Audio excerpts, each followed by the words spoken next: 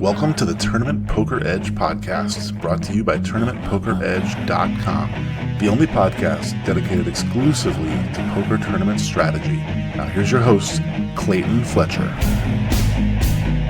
Hello once again, everybody, and welcome to the Tournament Poker Edge podcast. My name is Clayton Fletcher, and I am your host here in safe, socialist, New York City. Happy to be bringing you yet another episode of the world's longest running poker strategy podcast. I had a great time out in Long Island last week. Lots of fun at the brokerage. I want to give a shout out to everyone who came out to the show and even bought a copy of my book, The ROI of LOL. Always great to meet people regardless of where they're from, but I'll be honest, it actually is a little bit sweeter when I meet people after the show and they say, I listened to your poker strategy podcast. That makes me very, very happy. I've got a lot more shows coming up.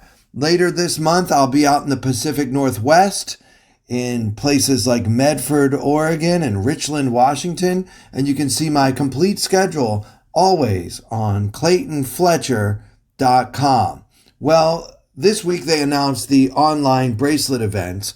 Came out a little bit earlier, actually, when things were kind of trending more towards everything coming out later than we're used to. The online events came out just the other day, and it's exciting to see all of those gold bracelets that they will be giving away on WSOP Online. Well, they're not really giving them away, though, are they? I mean, we have to pay, so... yeah. Anyway, several mystery bounties, my personal favorite, including a $250 buy-in with a $1 million guarantee. That is absolutely obscene. Several other mystery bounties throughout the summer. PLO events, PKO events, Crazy Eights, High Rollers, you name it, we've got them all.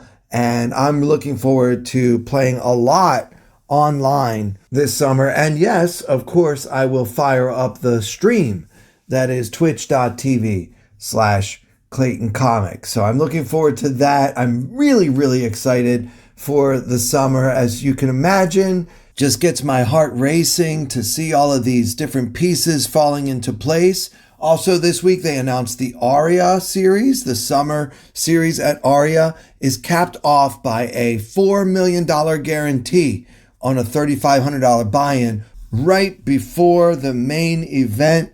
And I have a feeling I'll end up playing that. You know, it's just it's a little enticing to me to be able to go play at the Aria and possibly have a huge score right before the main event even starts. I mean, come on, let's go. I can't wait. The excitement is building, and I'm really counting the days at this point until I can get my summer in Vegas started. Now, I want to talk about the hand that we went over last week. It was a wild one with amateur Harry Elliott and how Daniel Negreanu, Hall of Famer, chose to deal with Mr. Elliott. So I want to go over this hand again. This time I want to use GTO Wizard. This is my favorite tool for helping me improve my poker game. You can study, you can practice, you can upload hands that you played online, and the wizard will help you figure out where the holes in your game are just in time for your upcoming summer trip to Las Vegas, perhaps. Anyway, you guys can get 24 hours unlimited free access to all of GTO Wizard's features. And then when you're ready to buy, you'll save 10%, but only if you use our affiliate link, which is gtowizard.com/p/TPE. So I had to kind of rejigger this hand just a little bit. The play in real life on this hand was so off the charts in terms of theoretical play. It was not even close to GTO. So I had to kind of make a few assumptions. You may recall that Harry Elliott actually limped in under the gun with his queens. We don't do any limping off of a 50 big blind stack. So he already messed up there. So I had to change that to a raise. And then in real life, Negreanu raised, but this time I had Negreanu call. And there was a third player in the hand, and I actually took that player out of the hand. But other than that, everything is exactly as it happened in real life. So yeah, I made a few changes. I had to also change Negreanu's hand. In real life, he had a Jack 7 suited, which is not a hand that he should be playing ever from second position. I'm sure most of you already knew that. But obviously, Daniel was picking on the amateur, and that's why he loosened up his starting requirements, shall we say. But the worst hand that Daniel should actually have in this spot is the King 9 suited. So I gave him a King 9 of clubs instead of a Jack 7 suited. Same basic difference. The idea is we have an overcard and a gut shot and a backdoor flush draw on the flop. So pocket queens versus King 9 suited. And the flop, as mentioned, is 10 of diamonds, 8 of clubs, 6 of spades. So Daniel has the gutter ball and the backdoor club draw. And Elliot leads into Daniel for about an eighth of the pot. Well, this one kind of surprised me, but very rarely we are allowed to lead very, very small, like even smaller than Elliot did. I mean, the overall strategy for Elliot with pocket queens is 46% check and bet about what he bet, only about 2% of the time. And then the rest is a mixed strategy, betting 2.5 big blinds or 4 big blinds, some percentage of the time on down the line. So it's a mixed strategy that's about half the time checking. So instead, we bet just a tiny little itty bitty bet, and Negreanu raised it. So let's see if Negreanu is ever supposed to raise with the King 9 suited. And guys, yes, he can. In fact, we only call with this hand 56% of the time and raise to some amount the rest. Now, you guys might recall last week, I wanted Elliot to keep on raising. You know what? I've got pocket queens. It's an overpair. I start this hand with 45 big blinds. So let's just keep raising and try to get all in. If one of these guys outflop me, so be it. That was my attitude for him as the amateur player out of position against a really tough world-class pro. I thought you might as well just try to get all in here with your queens. Instead, Elliot chose to just call the raise, but I want to see what GTO Wizard thinks of my idea. And guys, the Wizard only calls 57% of the time, and so it's okay to keep on raising the rest of the time. So almost half the time, the Wizard wants to put in a 3-bet. So a bet and then a re-raise on the flop with the queens. So that's kind of fun, right? I was in the ballpark there, so that's good. A spot to be more aggressive on the flop. I guess the idea is that Negreanu will have a lot of draws in his range here, and so we want to keep raising when we have the best hand right now on the flop. Instead, Elliot called and left himself about a pot-sized bet left, and the turn was the ace of diamonds, putting 2 diamonds and an overcard on the board. And Elliot, you may recall, bet 1,000 into a pot of 39,500. I thought it was the smallest bet I've ever seen. And obviously, guys, the solver is never going to bet 1/40th of the pot, but we do bet about a fifth of the pot, about 0.5% of the time. We bet half the pot here in Elliot's shoes, about 4.5% of the time, but really just almost always want to check. Remember, Negreanu put in the last raise before the turn card came out. So typically we just want to check to whoever took the last aggressive action on the previous street. Not always, but most of the time that's kind of a good rule of thumb. But Elliot did bet, and Daniel with the King 9 suited can actually raise about 22% of the time, but mostly it's just a call for D-Negs according to GTO Wizard. And then, as you guys may recall from last week, all hell broke loose after that because the third player actually had the nuts all along And there's no point in even going into all of that because at that point, everything was so far away from GTO land that it almost did not resemble poker. All right, let's do another hand from last year's main event. This one's going to be from day 3. If you guys can see the pattern here, I'm moving along as we get closer to the main event. I'm going deeper and deeper into last year's action. And this one comes from day 3. The blinds are 1,500 and 3,000 with a 3,000 big blind ante. And the action folds to a player named Michael Zulker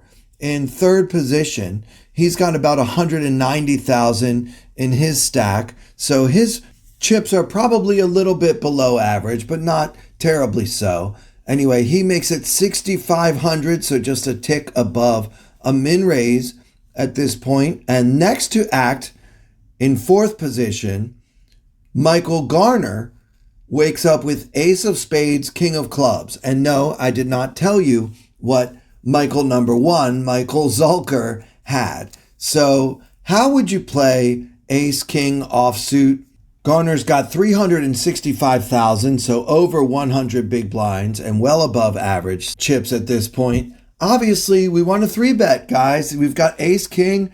We're going to wake up with a big hand. This guy opened from middle position, and now it's time to punish him and hope that he wants to get all in with ace queen when we have ace king. That's the dream scenario, obviously. But yeah, I would 3-bet to 18,000 or so, and that's exactly what Michael Garner did here. And the action folded all the way back to the original raiser, Michael Zulker, and Zulker makes the call with a hand that I have not yet revealed.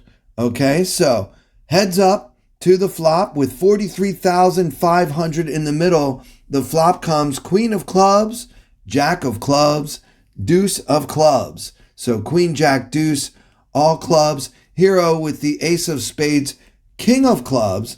So we've got the second nut flush draw, a straight draw, and 2 overcards.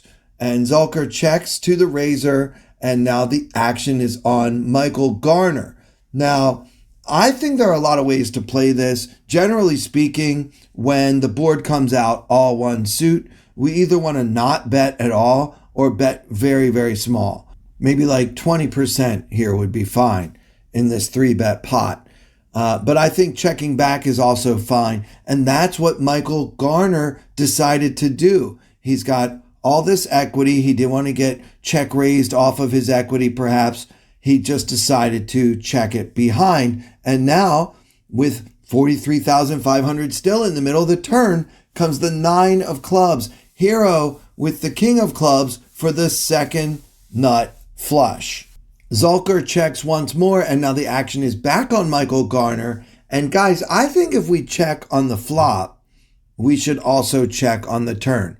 I'm not saying that checking on the flop is necessary, but I feel like we want to kind of keep that story up, right? When we check back on the flop, we're at least representing that we don't have a flush. And now we should at least represent that we don't like looking at 4 clubs any more than we liked looking at 3 before. So I think we should check it behind. And in real life, that's what Michael Garner did. I think he's playing this hand really well. I like the 3-bet pre-flop. I like the check back on the flop. And because we check back on the flop, I think we have to check again on 4th Street. So good on you, Mr. Michael Garner. And now, with 43,500 still in the middle, the river comes the 10 of clubs. Our final board is queen of clubs, jack of clubs, deuce of clubs, 9 of clubs, 10 of clubs, and hero with the king of clubs for a straight flush. What do you think about that? How do you like having a straight flush on day 3 of the main event when you already started the hand with over 100 big blinds? Michael Garner saying, are we having fun yet? And we're not, because guess what? Michael Zulker's about to make a mistake. He's going to bet 35K into the pot of 43,500. Wow. So what are you going to do now with the nuts? You know that nobody has a better straight flush because you've got the king. Now Zulker, he's only got another 135,000 behind. And guys, I think we should go for it. right? If this guy's got the ace of clubs, it's going to be very hard for him to fold. What if he's even got the 8 of clubs for the bottom end of the straight flush? If he somehow has the 8 of clubs in his hand, he's in for a world of hurt, and I don't think he's going to be able to fold even an all-in bet. But here's the point. You know that Michael Zalker doesn't have like the 7 of clubs or the 5 of clubs or some little club. His bet is what we call a polarizing bet. By virtue of his sizing, he's either got a big hand, like at least the ace of clubs, if not the 8, or he's got nothing and is just, taking a stab at this apparently available pot that no one has fired at in quite a while. So because of that, we might as well be optimistic and hope that he's got either the ace of clubs or the 8 of clubs and won't be able to get away from it if we shove. And I think that what Michael Garner should do right now is carpe diem, seize the day, and put it all in and hope to get action. I can tell you now that Michael Zalker was never giving any more action because he's just bluffing with the Jack 10 of diamonds. But overall, I think a very well-played sequence in this spot by Mr. Michael Garner, who actually ended up finishing 41st in last year's World Series of Poker main event. And that'll do it for this episode. Guys, I appreciate everyone following on YouTube. It means so much. Also, make sure that you rate and review and subscribe to this podcast. And for everyone here at Tournament Poker Edge, I'm Clayton Fletcher. Thank you so much for listening.